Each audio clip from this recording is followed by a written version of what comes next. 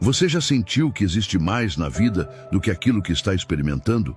Já se perguntou como seria viver com um coração verdadeiramente transformado, com relacionamentos restaurados e uma paz que nada pode roubar? Imagine, por um momento, que você está em uma encosta de montanha. O sol começa a se levantar. Ao seu redor, centenas de pessoas se reúnem, idosos, crianças, pescadores, mulheres, todos em silêncio. E ali, de pé, com uma voz serena, mas firme, Jesus começa a falar. Suas palavras não são apenas para aquela multidão de 2000 anos atrás, são para você hoje. Eu sei que talvez você venha cansado, com dúvidas ou dor. Jesus vê exatamente onde você está. Suas palavras são para você hoje, não para uma audiência distante. Ele conhece sua dor e seu anseio, e ele promete algo que o mundo não pode oferecer: transformação real e completa. Antes de começar, quero que você declare nos comentários: estou pronto para que Deus transforme minha vida com o Sermão da Montanha. Que essa declaração seja o seu primeiro passo em direção ao coração renovado que Deus tem para você. Vamos começar. Número 1. A porta do reino. Reconhecer a sua necessidade. Há momentos em que você se sente vazio, sem forças, como se sua alma estivesse cansada de tentar sustentar tudo. Nesse silêncio interior, Jesus o olha com ternura e diz: bem-aventurados os pobres em espírito, porque deles é o reino dos céus. Mateus 5:3. Essa frase não fala de miséria material, mas de uma atitude do coração. Reconhecer sua necessidade de Deus, aceitar que sem Ele nada pode fazer, e abrir as mãos vazias para receber tudo da sua graça. Ser pobre em espírito não é fraqueza, é o primeiro passo rumo à verdadeira força. O mundo ensina o contrário. Repete que você deve ser autossuficiente, que não dependa de ninguém, que pode tudo se esforçar o bastante. Mas Jesus convida para um caminho diferente, o da humildade. Ele diz que a verdadeira grandeza nasce quando você se reconhece pequeno, porque somente quem aceita que não tem tudo pode ser cheio do que é eterno. Ser pobre em espírito não significa render-se à derrota, mas render-se a Deus. É deixar de dizer, eu posso sozinho, e começar a dizer, Senhor, sem ti não posso, mas contigo tudo posso. O próprio Jesus viveu em completa dependência do Pai. Embora fosse Deus, tornou-se homem e orava constantemente, buscando a vontade daquele que o enviou. Em sua humanidade perfeita, mostrou-nos como é essa pobreza espiritual. Não orgulho, mas obediência. Não autossuficiência, mas confiança total. Cada milagre que realizou, cada palavra que pronunciou, cada passo que deu, foi sustentado por sua conexão com o Pai. Se ele, sendo o Filho de Deus, dependia do Pai, quanto mais nós precisamos fazer o mesmo? Reconhecer sua necessidade espiritual não é um ato de vergonha, mas de sabedoria. É abrir as janelas da alma para que a luz entre. É olhar para dentro de si e dizer, sim, há áreas quebradas, há feridas, há vazios, mas não quero mais preenchê-los com coisas passageiras. Quero preenchê-los com a presença de Deus. E quando você faz isso, quando se atreve a encarar sua pobreza interior sem fugir, é aí que a transformação começa. É aí que o reino começa a florescer dentro de você. Talvez você sinta que falhou tantas vezes que não tem direito de se aproximar de Deus. Talvez se pergunte como Ele poderia querer algo com você depois dos seus erros. Mas exatamente aí, nesse pensamento, está a oportunidade da graça. Deus não busca os fortes, busca os sinceros, não busca perfeição, busca corações que dizem com humildade, Senhor, eu preciso de Ti. Como o publicano no templo, que nem ousava levantar os olhos, mas orava dizendo, tem misericórdia de mim, pecador. Lucas 18:13. Jesus disse que esse homem foi justificado, porque o reino se abre não aos orgulhosos que dizem, eu mereço, mas aos humildes que clamam: Senhor, ajuda-me. Quando você se reconhece pobre em espírito, algo poderoso acontece. Você para de lutar contra Deus e começa a caminhar com Ele. Sua dependência deixa de ser vergonha e se torna libertação. Você descobre que não precisa aparentar força, porque o amor do Pai não depende dos seus feitos. Percebe que não precisa ter todas as respostas, porque Ele é a sua sabedoria. E não precisa sustentar tudo, porque é Ele quem o sustenta. Essa é a porta do reino. Aceitar sua necessidade e deixar-se amar. A comunidade de fé floresce quando todos reconhecem sua necessidade mútua. Quando deixamos de fingir que não precisamos de ajuda e começamos a sustentar uns aos outros com graça. Ser pobre em espírito não é isolar-se, é abrir-se. É dizer: irmão, ore por mim. Estou lutando. Preciso do corpo de Cristo. E nesse intercâmbio de vulnerabilidade e amor, o reino se torna palpável. Porque o orgulho divide, mas a humildade une. A autossuficiência fecha portas, mas a dependência de Deus e dos outros abre o coração para a cura. Essa pobreza espiritual não é um evento único, é um processo contínuo.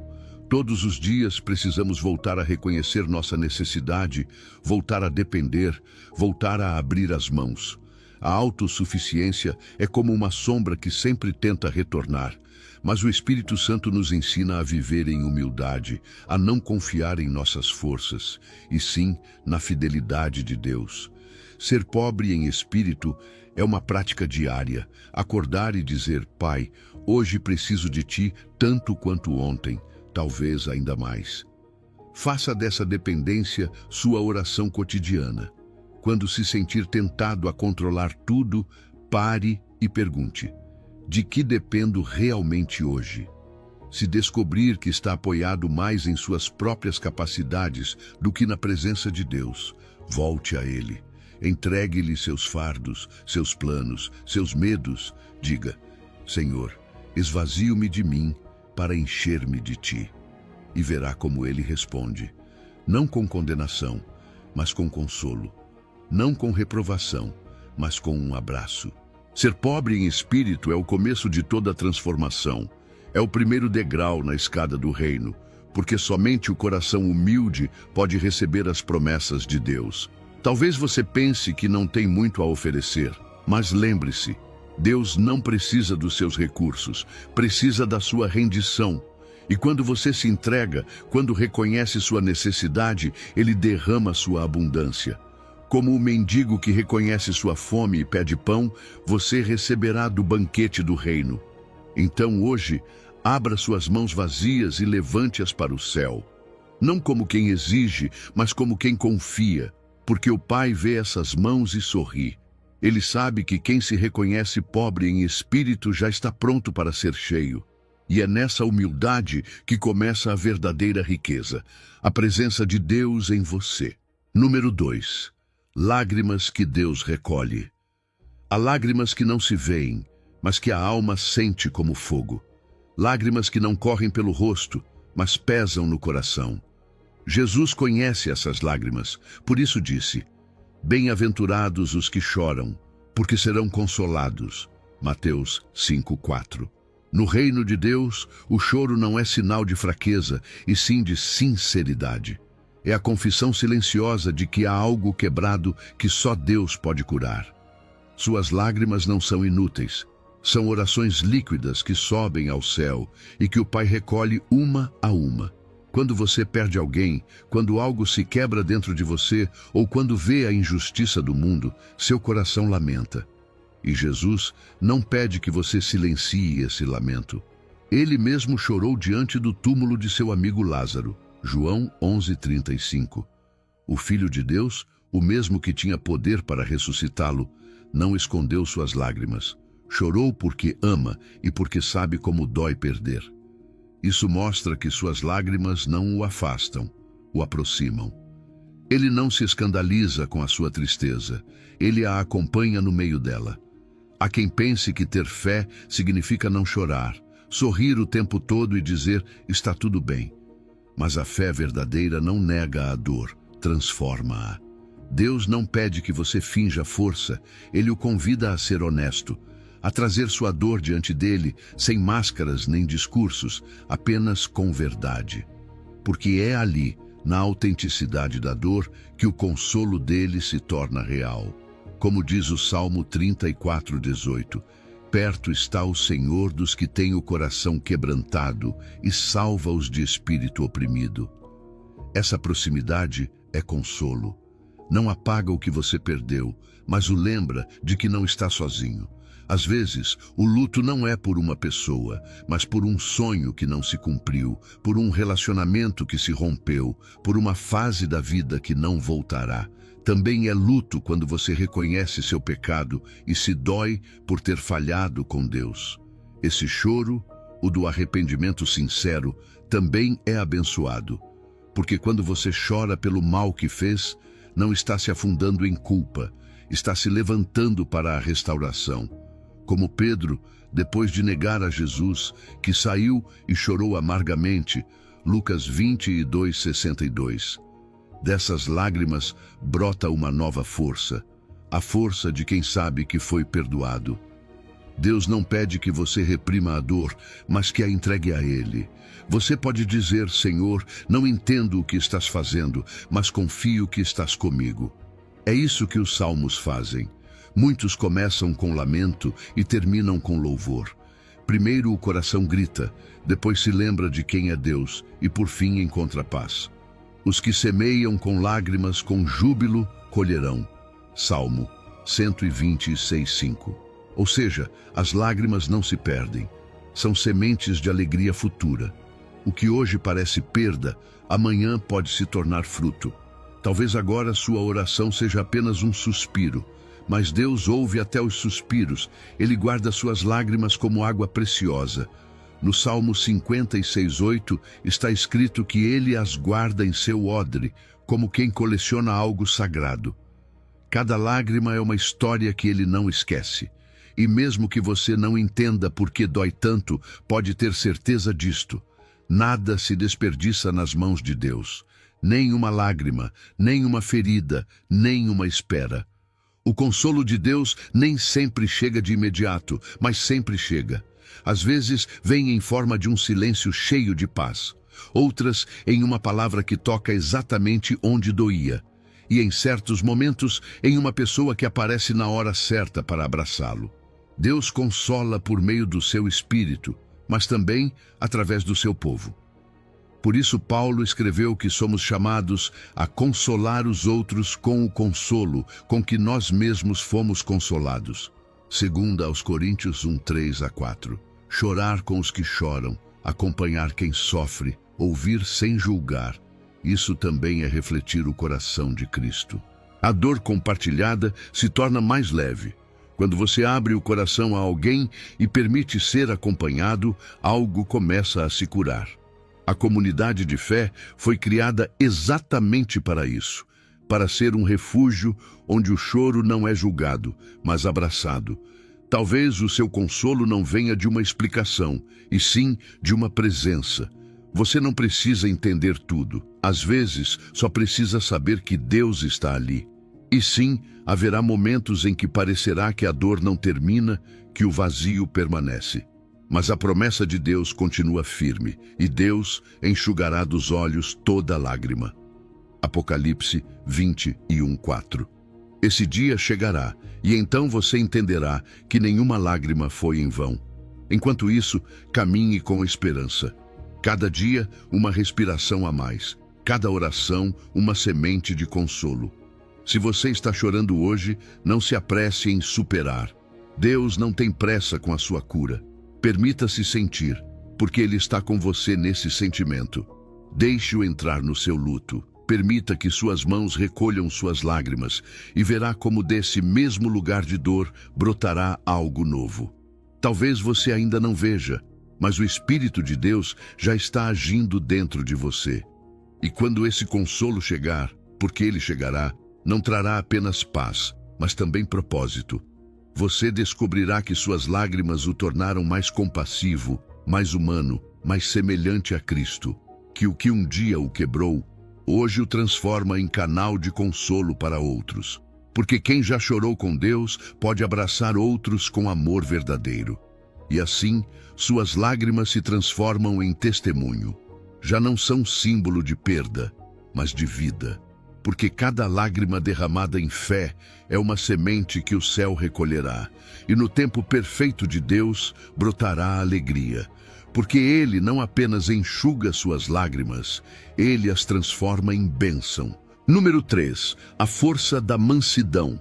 Há uma força que não grita, que não bate na mesa, que não precisa se impor para ser verdadeira. Essa força se chama mansidão. Jesus disse com clareza: bem-aventurados os mansos, porque eles herdarão a terra. Mateus 5:5. Não é fraqueza, é poder sob controle. Não é passividade, é confiança na justiça de Deus. Em uma cultura que te empurra a te defender a qualquer preço, a mansidão te convida a respirar, olhar para o céu e lembrar: você não está à deriva, está nas mãos do Pai e Ele sabe como te dar o que te prometeu. Pense em um cavalo forte que obedece a rédeas suaves. Sua potência não desaparece, está dirigida. Assim funciona a mansidão no seu coração. Não apaga o seu caráter, o ordena. Por isso Jesus, o mais forte de todos, entrou em Jerusalém montado em um jumentinho e não em um cavalo de guerra. Sua autoridade não precisou de violência. Aprendei de mim, que sou manso e humilde de coração. Mateus 11:29. A mansidão não renuncia à verdade. Escolhe o modo de Cristo para sustentá-la. Firme, sereno, sem ódio, confiando que o reino não se constrói com empurrões, mas com obediência. A promessa está feita: herdarás a terra. É o eco do Salmo 37:11, onde os mansos e não os violentos recebem a terra como herança. A herança é aliança, não espólio. Não se toma pela força, recebe-se pela fé. Deus já assinou sua parte. Ele cuida do teu destino. Nossa resposta é viver hoje como herdeiros, não como órfãos. Isso significa renunciar à necessidade de vencer toda discussão, soltar a urgência de controlar tudo, escolher o serviço em vez do domínio. Quando a mansidão se torna o teu caminho, a paz interior se torna o teu clima. Veja o testemunho de Moisés. A Escritura diz que era muito manso, mais do que todos os homens. Números 12:3. E, no entanto, conduziu um povo inteiro pelo deserto. Liderança e mansidão não se contradizem, se purificam. A mansidão de Moisés não o tornou indeciso, o tornou dependente de Deus. E observe Davi diante de Saul na caverna. Teve a oportunidade de fazer justiça com as próprias mãos, e não o fez. 1 de Samuel 24. Isso é mansidão. Poder escolher a violência e, por temor reverente a Deus, renunciar a ela. Davi confiou no tempo do Senhor. Você pode fazer o mesmo hoje, soltar a vingança, deixar que Deus seja o seu defensor. Sei que às vezes você sente que, se não se impuser, será pisado. Ouça esta validação ao coração.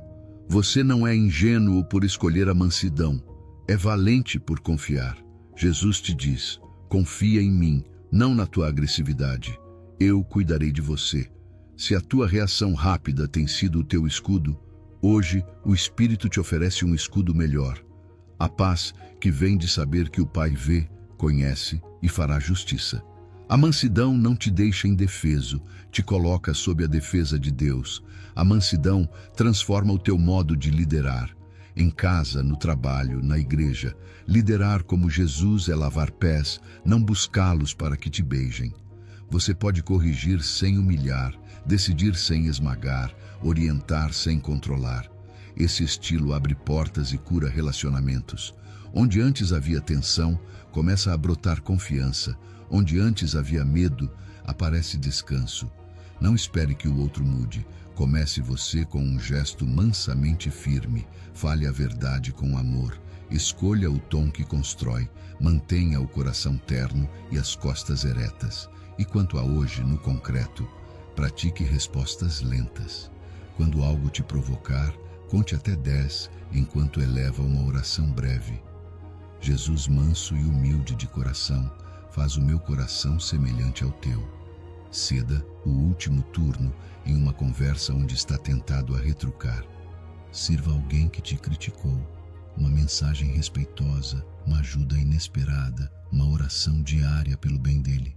É contracultural, sim, mas o reino é contracultural. Cada pequeno ato é um tijolo de obediência com o qual o Espírito constrói em você uma casa de paz. A Escritura confirma o caminho, a graça te sustenta e a tua resposta concreta abre estrada para a herança. Não é apenas futuro. Já hoje você começa a herdar terra dentro de si. O solo da tua alma se torna habitável. Teus relacionamentos respiram, a ansiedade perde espaço e ao mesmo tempo você olha para a plenitude futura com esperança. O Deus que prometeu cumprirá. A mansidão te ancora na aliança e te liberta do impulso de tomar à força o que o Pai planeja te entregar no tempo certo. Quero orar com você, Pai, diante de ti rendo minhas reações e minha ânsia de controle. Jesus, manso e humilde de coração, ensina-me o teu caminho. Espírito Santo, coloca rédeas suaves na minha alma, que a tua paz governe minhas respostas. Hoje, escolho confiar na tua justiça e não na minha agressividade. Dá-me a graça de servir, de ceder, de esperar o teu tempo, e que a herança que prometeste comece a florescer na minha vida, na minha casa e na minha comunidade. Amém. E enquanto esta oração se torna vida, você descobrirá que quando deixa de lutar pelo seu lugar, o seu coração se liberta para desejar algo maior, a justiça de Deus. Essa sede santa te conduzirá ao próximo passo do Sermão do Monte, onde a fome pelo que é justo desperta milagres cotidianos e te torna mais semelhante a Cristo. Número 4. A fome que move montanhas. Há um tipo de fome que não se sacia com comida e uma sede que não se apaga com água. É a fome e a sede de justiça, aquela que nasce quando a tua alma já não tolera a indiferença, quando o teu coração anseia que o amor de Deus reine em todo lugar. Jesus disse: "Bem-aventurados os que têm fome e sede de justiça, porque serão fartos." Mateus 5:6. Ele não se referia a uma justiça legal, mas a uma justiça divina, aquela que cura, restaura e defende. É esse fogo interior que te impulsiona a viver conforme o coração de Deus, a não te conformares com o que está errado, nem dentro de ti, nem no mundo. Quando tens essa fome santa, não podes ficar sentado assistindo à injustiça, ao egoísmo, à mentira ou à pobreza espiritual. Não pode ser um espectador passivo. O reino de Deus não é um clube dos que esperam que algo mude, mas uma comunidade dos que se levantam com fé e dizem: "Eis-me aqui, Senhor, usa-me para fazer a tua vontade." Essa fome não se satisfaz com palavras bonitas, nem com discursos religiosos. Ela se sacia quando a tua vida se torna uma resposta viva ao amor de Deus. Quando tuas mãos, tua voz e tuas decisões refletem o seu caráter. O próprio Jesus teve fome e sede de justiça. Vês isso quando ele entra no templo e expulsa os mercadores que profanavam a casa de seu pai.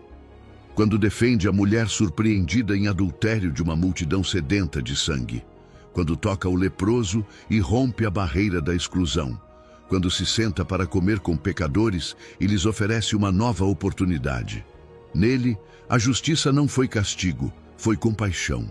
Não foi imposição, foi restauração. Essa é a justiça que Deus te convida a buscar. Uma justiça que não destrói, mas cura.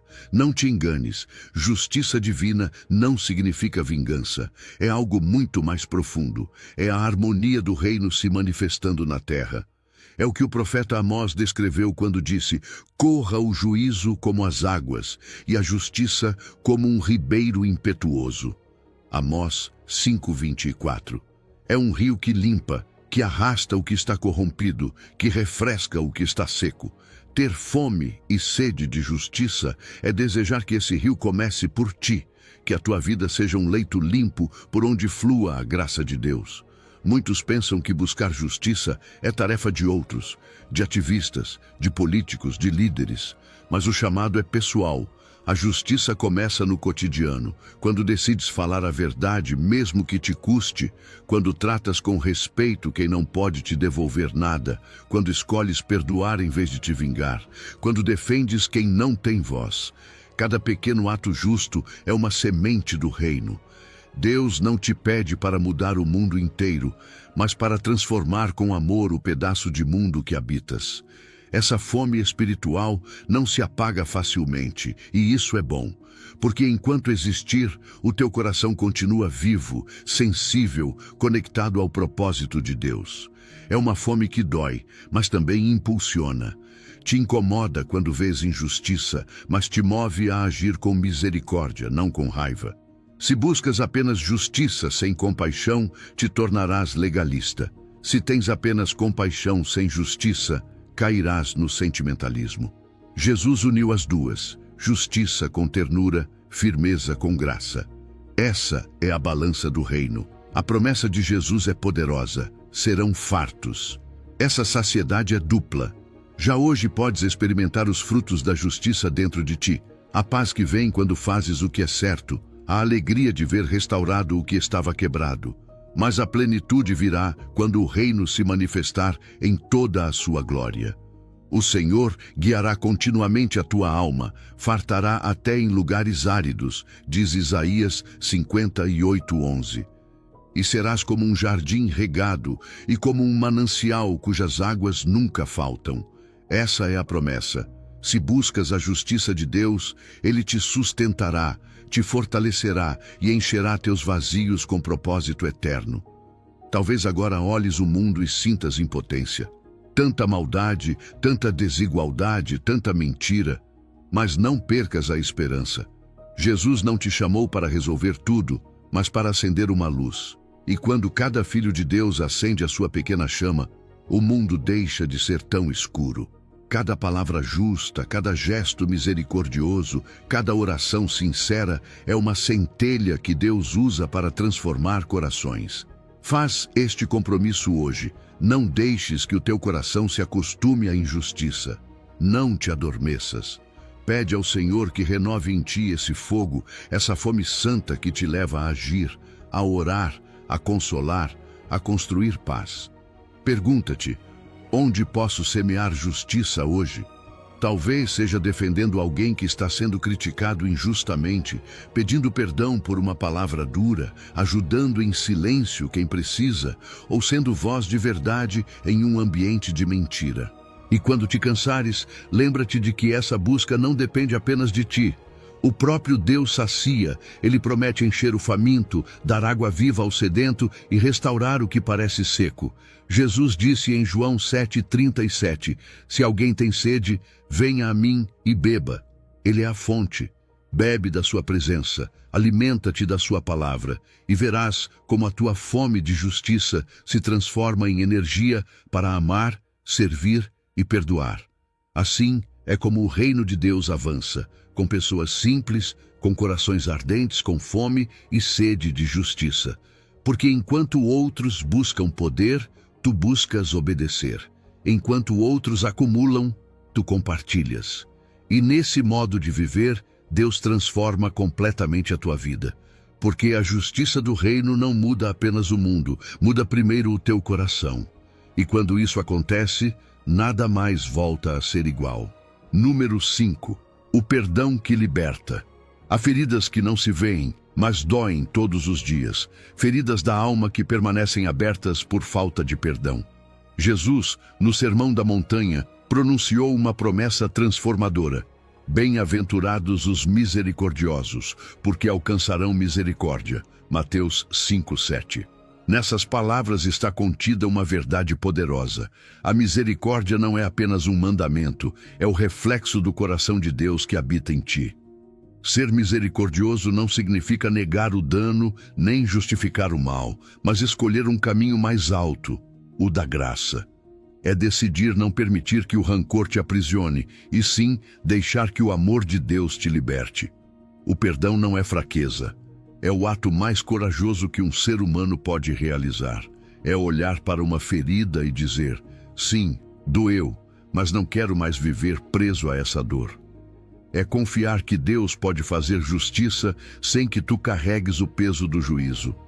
Quando Jesus foi pregado na cruz, não gritou ódio nem vingança.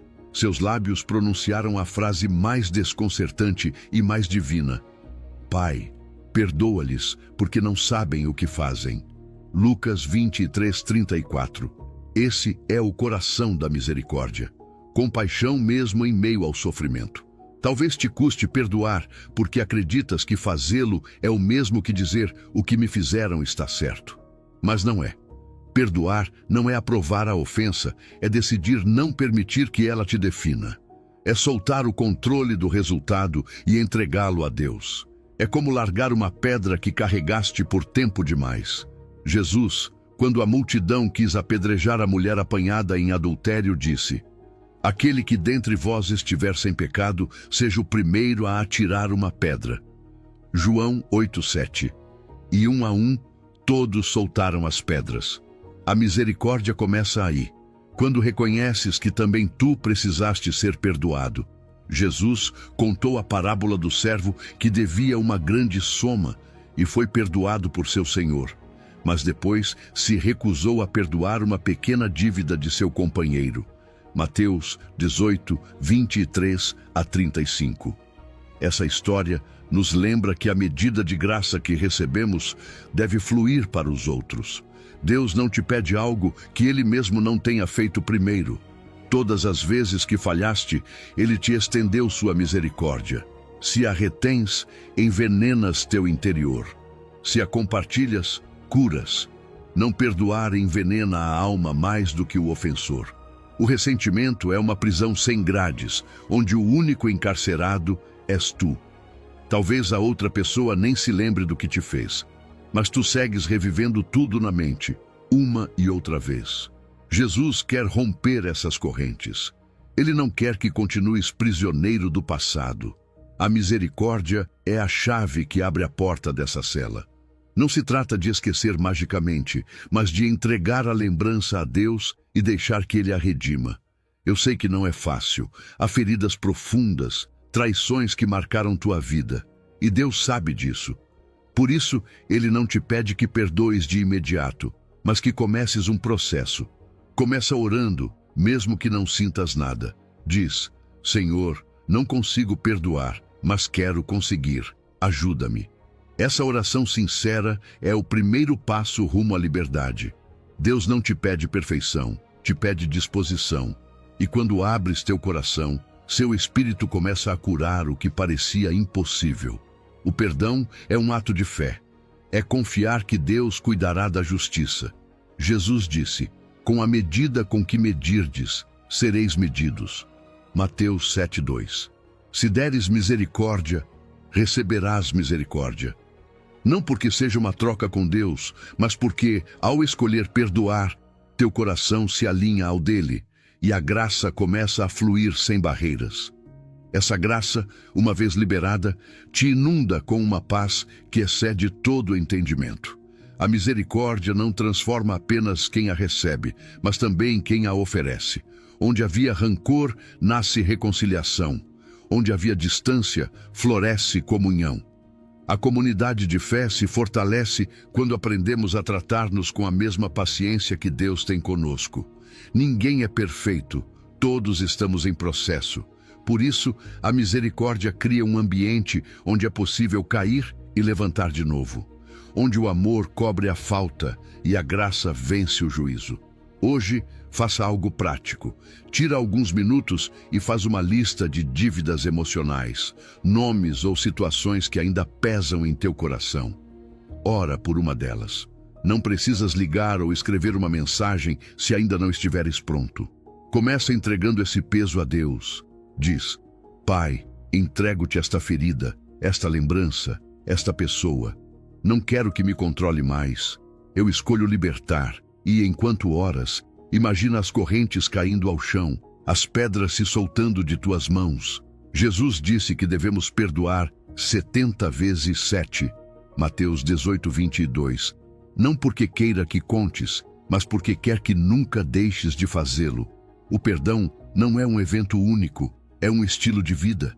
Todos os dias haverá oportunidades para exercitá-lo, e cada vez que o fizeres, Deus derramará mais da sua misericórdia sobre ti. A misericórdia não apenas cura relacionamentos, ela cura corações. Limpa-te por dentro, liberta-te do passado, permite-te caminhar leve. E quando perdoas, vês como o amor de Deus brilha mais forte dentro de ti. Porque só um coração livre de ressentimento pode ver Deus com clareza. Só quem experimentou sua misericórdia pode refletir essa luz no mundo. E assim, passo a passo, aplicando as palavras do Sermão da Montanha, tua vida se transforma completamente, da ferida à cura, do rancor à graça, da dor à paz que só Cristo pode dar. Número 6. O coração que vê a Deus. Há um olhar que atravessa a superfície e enxerga o centro. Bem-aventurados os limpos de coração, porque eles verão a Deus. Mateus 5:8. Ver a Deus não é apenas uma promessa para o céu. É uma clareza que começa hoje, quando você permite que o Senhor purifique seus motivos, ordene seus desejos e alinhe sua vontade à dele. A pureza não é perfeccionismo, ninguém é puro por si mesmo. É disposição humilde de deixar que Deus o limpe, como o ourives que submete a prata ao fogo até que o metal reflita seu rosto. Malaquias 3:2-3. O processo pode doer, mas o resultado é liberdade interior, visão nítida e uma comunhão que sustenta toda a sua vida. Jesus confrontou aqueles que limpavam o exterior do copo, mas negligenciavam o interior. Mateus 23:25-26. O coração limpo não é aparência, é verdade no secreto. É quando você escolhe a sinceridade acima da imagem, a obediência acima da aprovação, a integridade diante da conveniência. Então, a água da alma se torna cristalina e reflete o céu sem distorção. A partir daí, você começa a discernir a voz de Deus no cotidiano, na palavra que lê, no irmão que fala com você, no silêncio que o visita, na porta que se fecha e naquela que se abre. Proponho que você caminhe nesta bem-aventurança com uma lectio divina simples. Leitura. Escolha um trecho breve. Por exemplo, cria em mim, ó Deus, um coração puro. Salmo 51:10. E leia devagar 2 ou 3 vezes. Meditação. Pergunte: que palavra me toca hoje? Que intenção Deus quer purificar? Oração. Responda com suas próprias palavras, entregando o que descobriu. Contemplação. Permaneça em silêncio, como um vaso quieto que recebe água. Ação. Decida um gesto concreto de pureza. Um pedido de perdão pendente, um clique que você não fará, uma verdade que dirá com amor. Esse ciclo, repetido diariamente, esculpe o coração como o artesão que polimenta até ver a imagem do mestre. Uma a essa prática, o exame ao final do dia, com 5 passos breves. Gratidão. Nomeie 2 ou 3 dons do dia. Luz. Peça ao Espírito que lhe mostre seu coração sem engano. Revisão. Percorra suas horas e perceba onde amou e onde se perdeu. Perdão. Reconheça sua falha e receba a misericórdia. Graça. Peça ajuda concreta para o amanhã. Não se julgue com dureza. Olhe-se com o olhar do Pai que forma seus filhos. Com o tempo, você verá fruto. Amor, alegria, paz, paciência. Gálatas 5:22-23. Não são medalhas para exibir, são evidências de uma raiz saudável. Talvez você diga: tenho pensamentos e tentações que não quero. Ouça esta verdade pastoral. Pureza de coração não é ausência de batalha, é decisão de não alimentar o que o escurece. Quando surgir a sombra, não dialogue com ela. Leve-a a Cristo. Repita: cria em mim, ó Deus, um coração puro. Levante-se, abra a janela, respire, volte à palavra. Aproximai-vos de Deus, e Ele se aproximará de vós. Purificai os vossos corações. Tiago 4:8. Cada retorno conta, cada pequeno sim amplia a clareza. Deus não despreza o esforço sincero, Ele o multiplica. Faça também um jejum de toxinas da alma por 24 horas.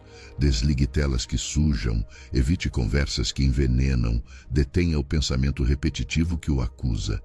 Preencha esse espaço com salmos, com um passeio orante, com uma ligação de reconciliação. Você verá o ruído diminuir e a presença aumentar. E lembre-se, quem limpa seu coração é Deus, sua parte é oferecer o lugar. Como diz 1 de João 3, 2-3, aquele que tem essa esperança purifica a si mesmo, assim como ele é puro. Esperança ativa, mãos abertas, olhos fixos em Cristo. Se você cair, não esconda a mancha, traga-a à luz. Davi orou com honestidade e Deus respondeu com restauração. Faça sua essa mesma oração. Cria em mim, ó Deus, um coração puro e renova dentro de mim um espírito reto. Salmo 50:10. Deixe que o Espírito lave não apenas o comportamento, mas também a intenção. Peça que Ele ordene seus amores, que Deus seja o primeiro, que o próximo seja amado, e que você ocupe o lugar certo. Nem centro absoluto, nem desprezo de si mesmo, mas criatura amada que responde ao amor. Ver a Deus é reconhecê-lo no rosto do outro, na providência diária, na palavra viva, na Eucaristia, se você a recebe, na criação que lembra sua beleza. É viver com a consciência desperta de sua proximidade.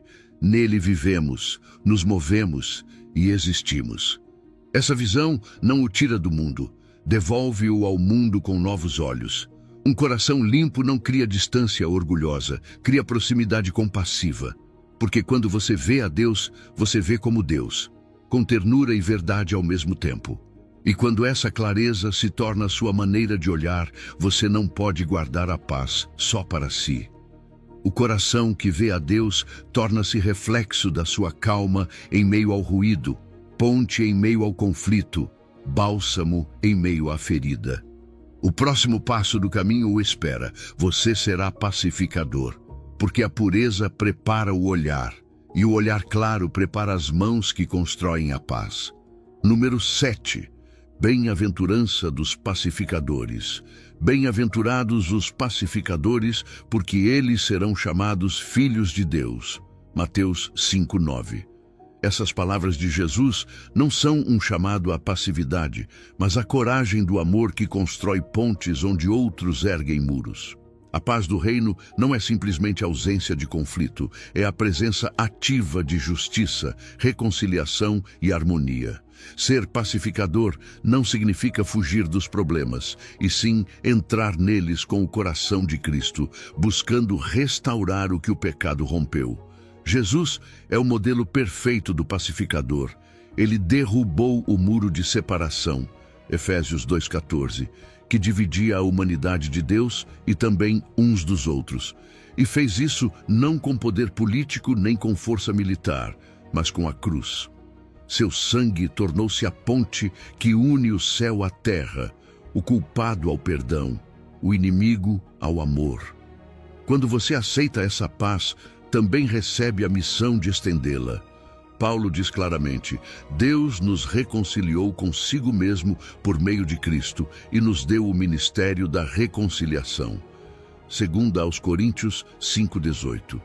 A paz não se transmite com discursos, mas com presença, escuta, compaixão e ações concretas que refletem o caráter do Pai. Ser pacificador é ser um construtor de pontes. Há conflitos que não se resolverão se você não der o primeiro passo. Às vezes, isso implica uma ligação desconfortável, uma conversa pendente, um perdão que ainda dói pronunciar.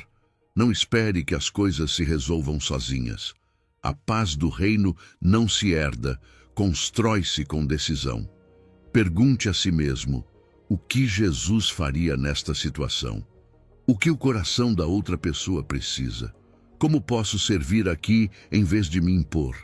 Cada uma dessas perguntas abre o caminho para que o Espírito Santo haja através de você. Talvez você pense: não sou mediador, não tenho esse dom. Mas você não precisa de um título para ser instrumento de Deus. Basta um coração disposto a ouvir antes de falar, a compreender antes de julgar. A paz começa na forma como você responde. Começa em sua casa, em suas palavras diárias, em sua maneira de tratar quem pensa diferente. Ser pacificador não é evitar conversas difíceis, é enfrentá-las com mansidão. Se possível, no que depender de vós, tende paz com todos os homens. Romanos 12:18. Essa é a medida do discípulo maduro, não aquele que vence discussões, mas aquele que ganha almas.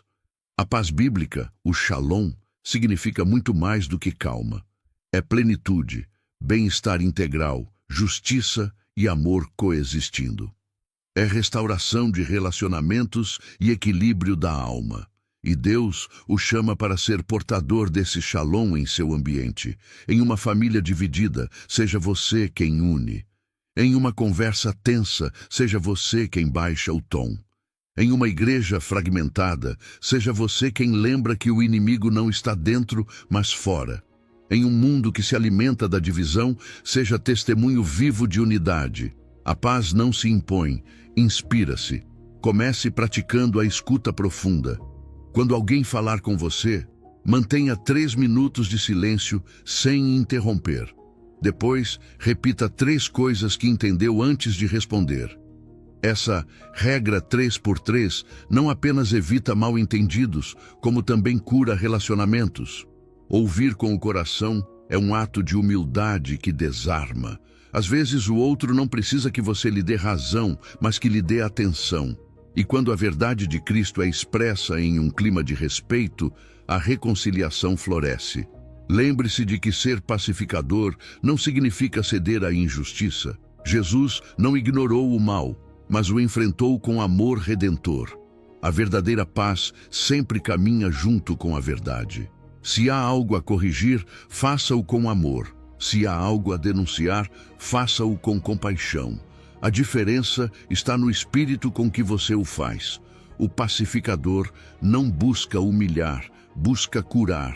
Seu objetivo não é vencer, mas reconciliar. E essa atitude é o que faz com que Deus o chame de filho. Ser filho de Deus não é apenas uma identidade espiritual, é refletir o Pai. Ele faz nascer o seu sol sobre maus e bons. Mateus 5:45. Assim também, você é chamado a amar sem distinção. Há relacionamentos em sua vida que esperam esse passo. Talvez um familiar, um amigo, um irmão na fé. O orgulho o fez manter distância, mas o Espírito sussurra. Faça a ligação. Dê o primeiro passo. Não para justificar o que aconteceu, mas para abrir espaço para a graça. Ore antes de falar. Peça sabedoria. Peça ao Espírito Santo que coloque em sua boca palavras suaves e firmes e em seu coração a disposição para compreender. Nem sempre você verá o resultado imediato, mas cada tentativa sincera planta algo eterno. Hoje você pode se tornar esse óleo que acalma as águas turbulentas. Em meio a um mundo agitado, Deus precisa de filhos que restaurem, não que dividam. E quando você decide viver assim, torna-se reflexo do rosto de Cristo na terra. Ele mesmo disse: Deixo-vos a minha paz vos dou, não vô-la dou como o mundo a dá. João 14:27. Essa paz que você recebe agora é chamado a repartir. E lembre-se, nem sempre você será aplaudido por isso.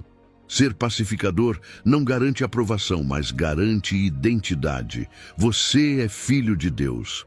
E esse título vale mais do que qualquer reconhecimento humano. Mantenha-se firme, continue construindo pontes, ainda que outros prefiram muros.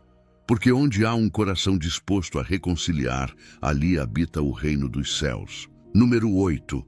A coroa dos fiéis. Bem-aventurados os perseguidos por causa da justiça, porque deles é o reino dos céus. Mateus 5:10.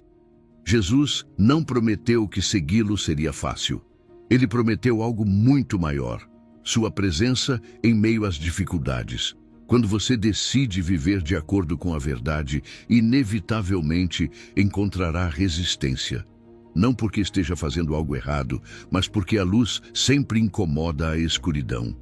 Se você foi zombado, excluído ou mal interpretado por se manter fiel às suas convicções, Jesus lhe diz hoje: você não está sozinho. Está em boa companhia. Os profetas foram perseguidos, os apóstolos encarcerados e o próprio Filho de Deus foi crucificado. Mas nenhum deles foi vencido. Sua dor se transformou em testemunho, sua fraqueza em força, seu sofrimento em semente de esperança. Quando você é rejeitado por causa de Cristo, não está perdendo, está participando da sua vitória. Se sofremos com Ele, também reinaremos com Ele. Romanos 8:17.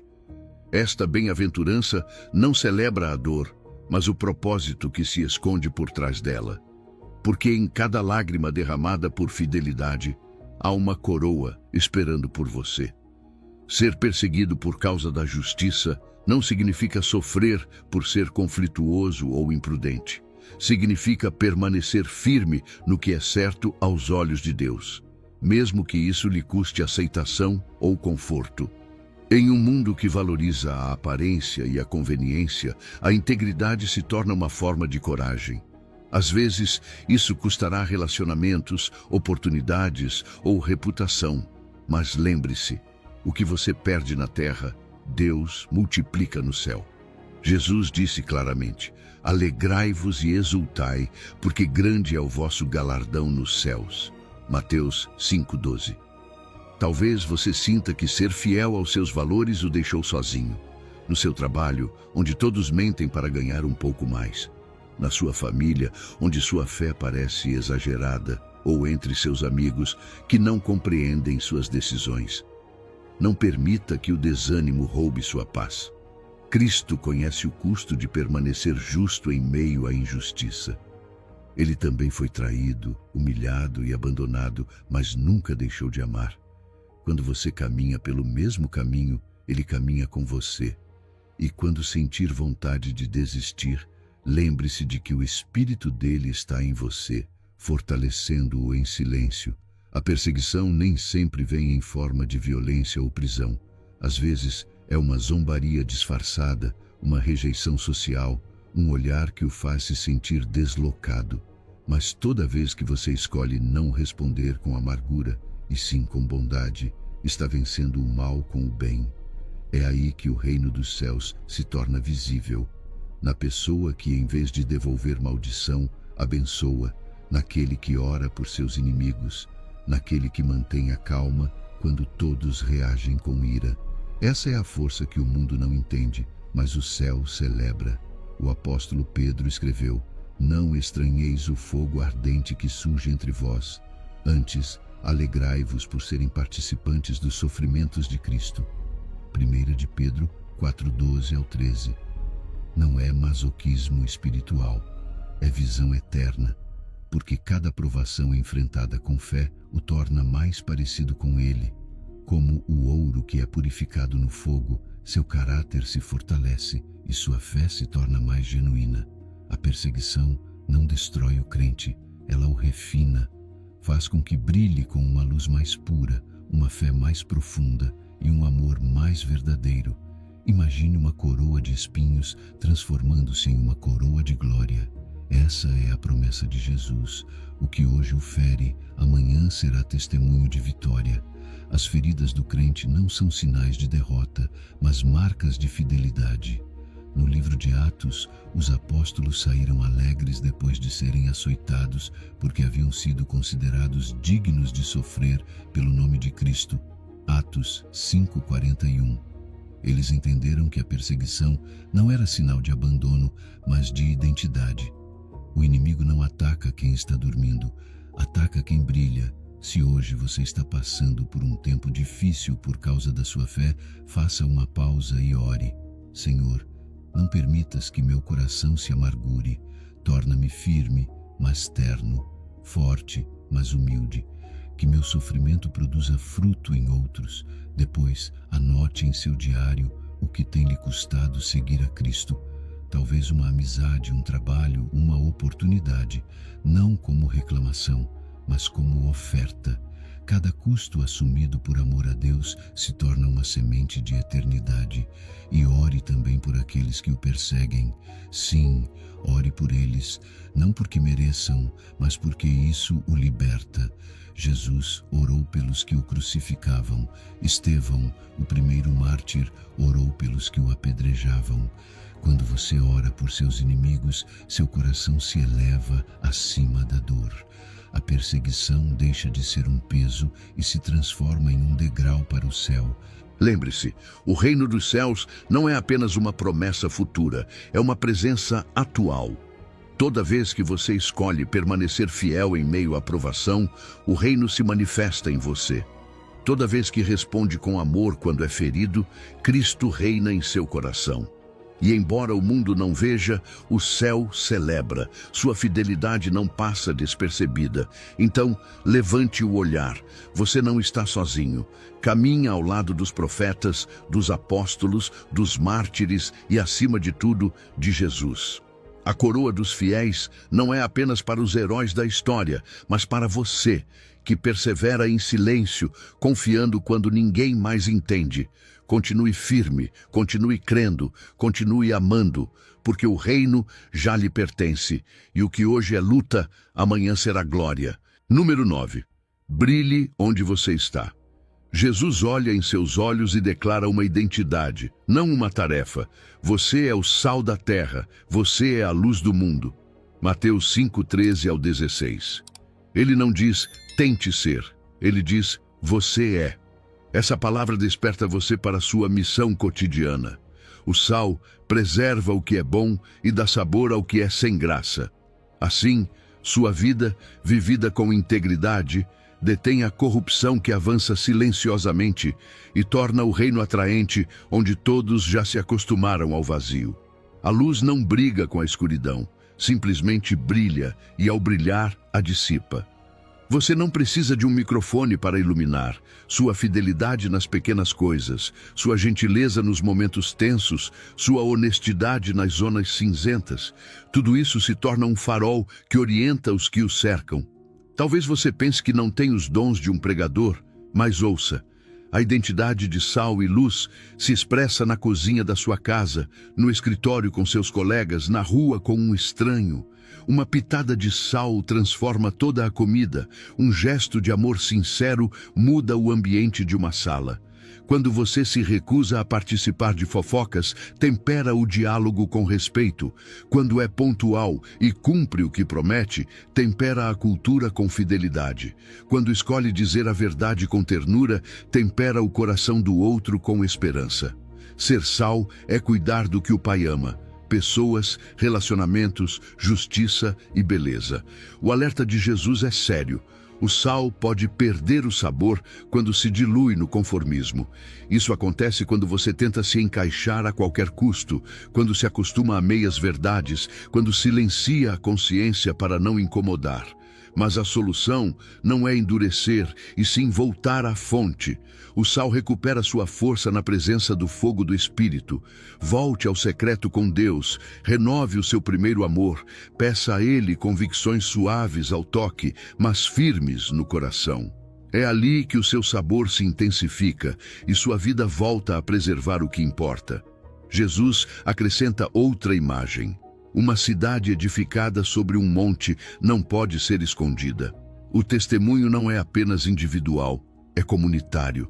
A igreja, com todas as suas imperfeições, brilha mais quando seus filhos caminham juntos. Uma lâmpada sobre o candeeiro ilumina a casa. Muitas lâmpadas acesas podem ser vistas de longe. Por isso, participe, sirva, ore em comunidade. Permita que outros vejam a sua luz e que você veja a deles.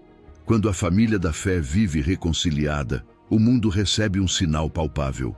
Brilhem em meio a uma geração corrompida, como luzeiros no mundo. Filipenses 2:15. A unidade não é um detalhe estético, é parte do brilho. Ser luz não significa se exibir, mas apontar para Cristo.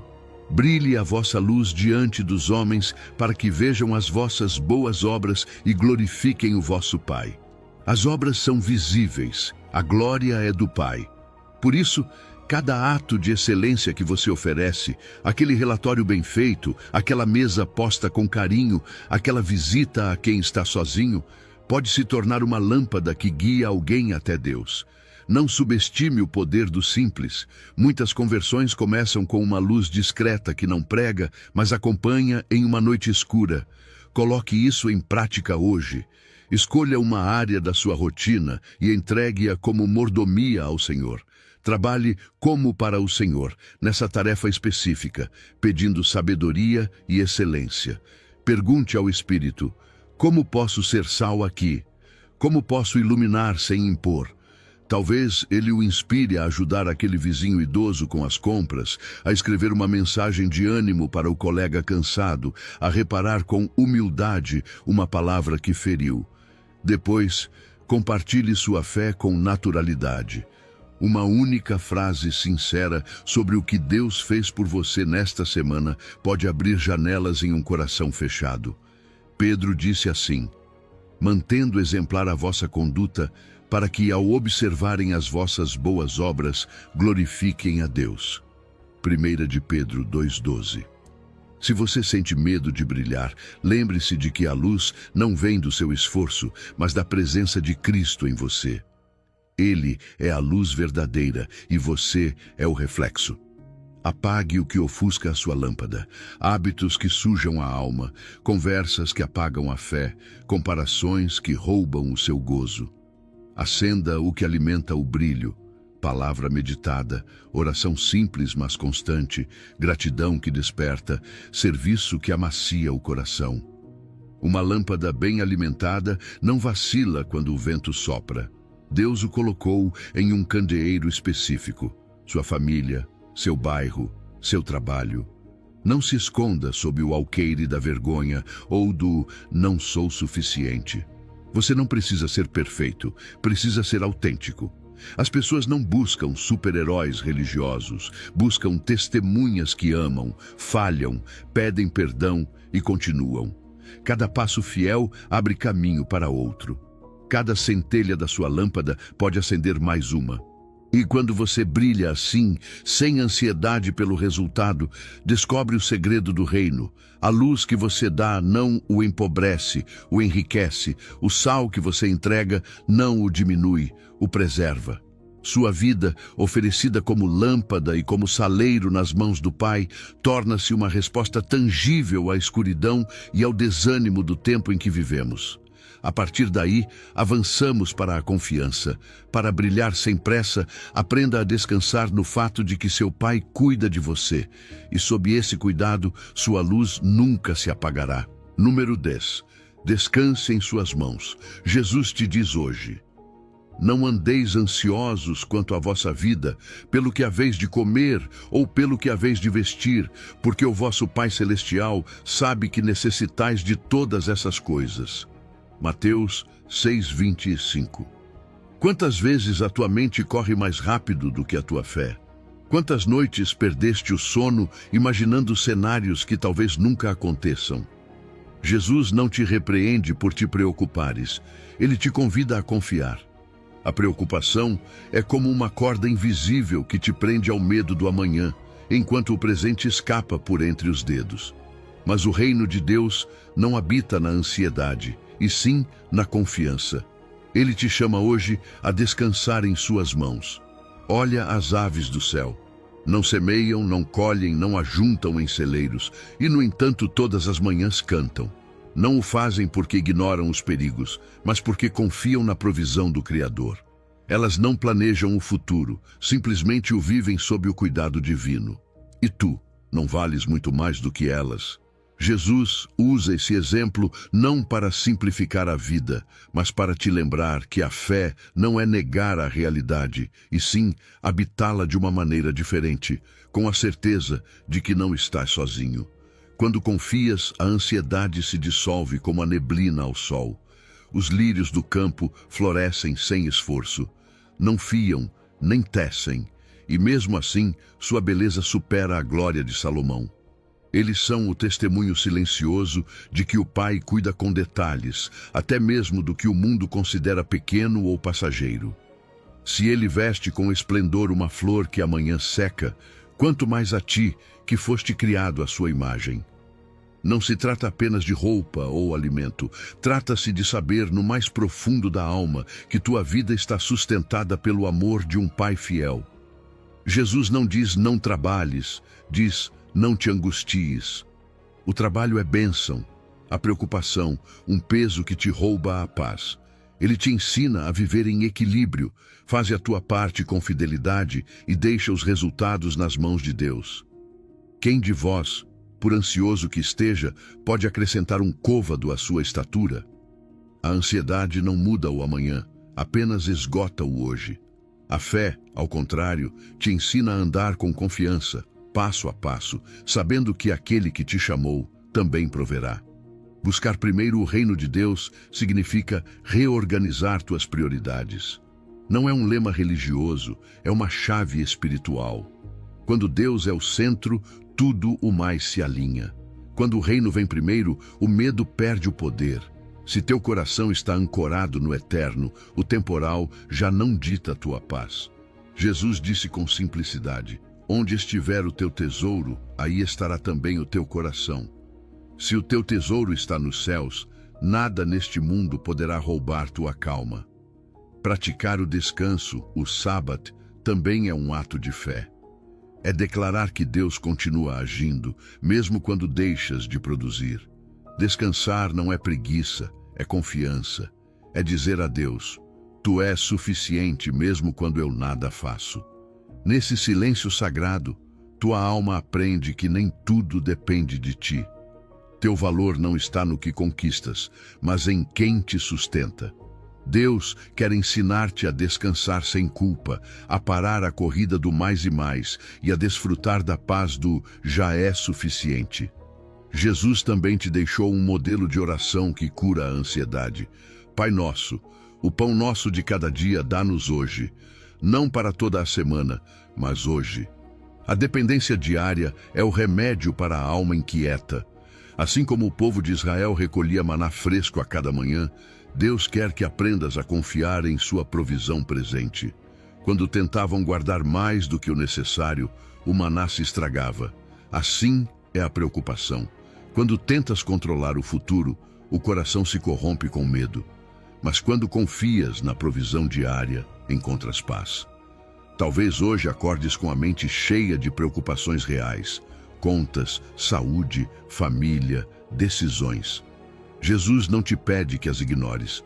Ele te convida a entregá-las. Podes fazer isso agora mesmo. Escreve-as em um papel e coloca-o em uma caixa de oração. Diz: Pai, isto me pesa. Não posso com tudo, mas sei que tu podes.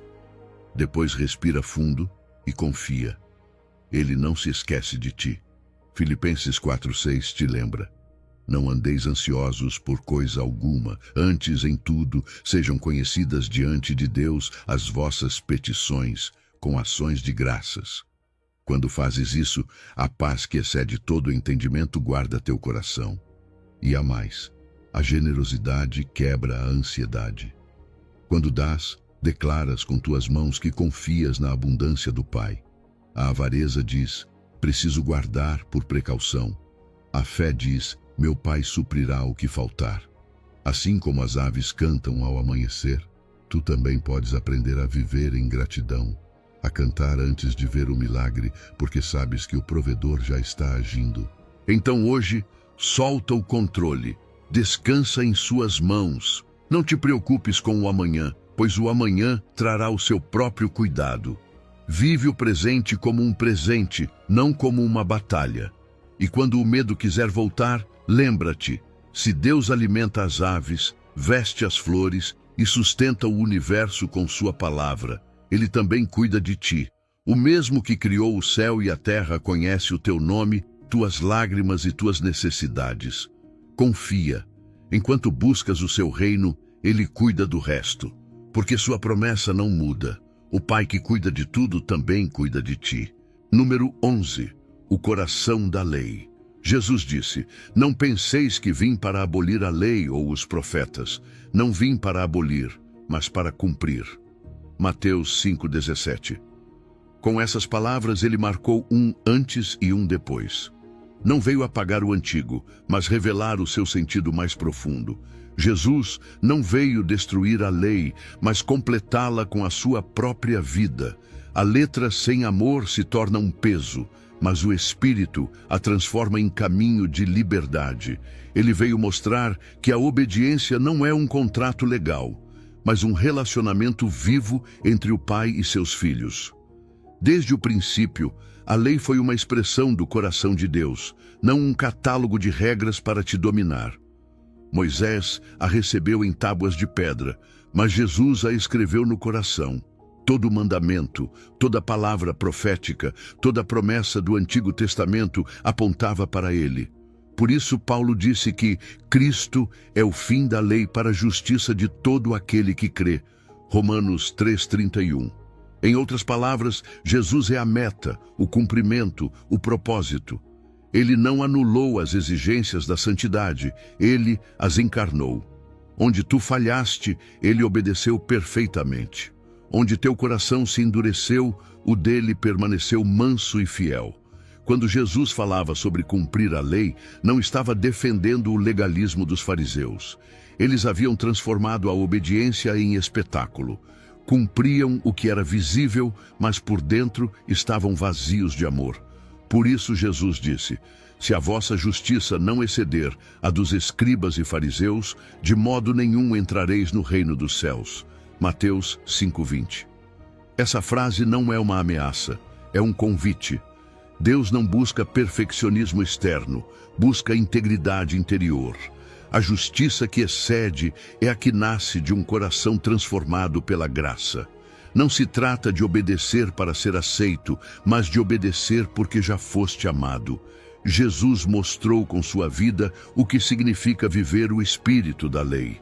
Misericórdia antes de sacrifício, compaixão antes de aparência, amor antes de juízo. Quando tocou o leproso, quando perdoou a adúltera, quando curou no sábado, ele estava cumprindo a lei em sua forma mais pura. Amar a Deus de todo o coração e ao próximo como a ti mesmo. Essa é a essência que os fariseus haviam perdido e que Jesus veio restaurar. Ele não te chama a imitar rituais, mas a refletir o caráter do Pai. Imagina a lei como um edifício. Moisés colocou o alicerce, os profetas levantaram colunas, mas Jesus veio colocar a pedra angular. Sem ele, a estrutura desmorona. Com ele, tudo ganha sentido. As raízes da fé estão na antiga aliança, mas os frutos nascem na graça da nova aliança. Não se trata de velho versus novo, mas de semente e colheita, promessa e cumprimento, sombra e realidade. O que foi figura no passado, agora é plenitude em Cristo. Jesus também ensinou que a verdadeira piedade flui do interior. Quando deres esmola, não saiba a tua esquerda o que faz a tua direita.